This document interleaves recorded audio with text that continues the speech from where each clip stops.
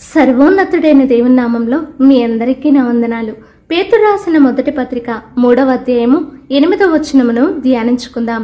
తుదకు మీరందరూ ఏక మనస్కులై ఒకరి సుఖదుఖముల యందు ఒకరు పాలుపడి సహోదర ప్రేమ గలవారును కరుణా చిత్తులను వినయ మనస్కులనై యుండుడి. పరిశుద్ధుడు రక్షకుడైన యేసుక్రీస్తు రక్తము వలన ఆయనలో ఒకటిగా ఏర్పరచబడిన మనందరము ఆత్మీయ విషయములన్నిటిలో ఒకరికొకరము ఏక మనస్సు కలిగి దేవుని ప్రేమతో సుఖదుఖములన్నిటిలో తోడయుండి ఒకరి యందొకరము క్షమించుకుంటూ తగ్గింపు మనసు కలిగి ప్రవర్తించే వారంగా ఉండాలి.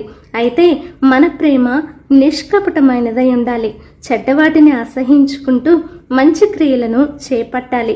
పరిశుద్ధాత్మను పొందుకున్నటకు ఆసక్తి కలిగి నిరీక్షణతో సంతోషిస్తూ శ్రమల యందు ఓర్పు కలిగి ప్రార్థనల యందు పట్టుదల గలవారమై దేవుడు మనలను పిలిచిన పిలుపుకు తగ్గట్టుగా దీర్ఘశాంతముతో సంపూర్ణ వినయముతో సాత్వికముతో ఎల్లప్పుడూ నడుచుకొందుముగాక.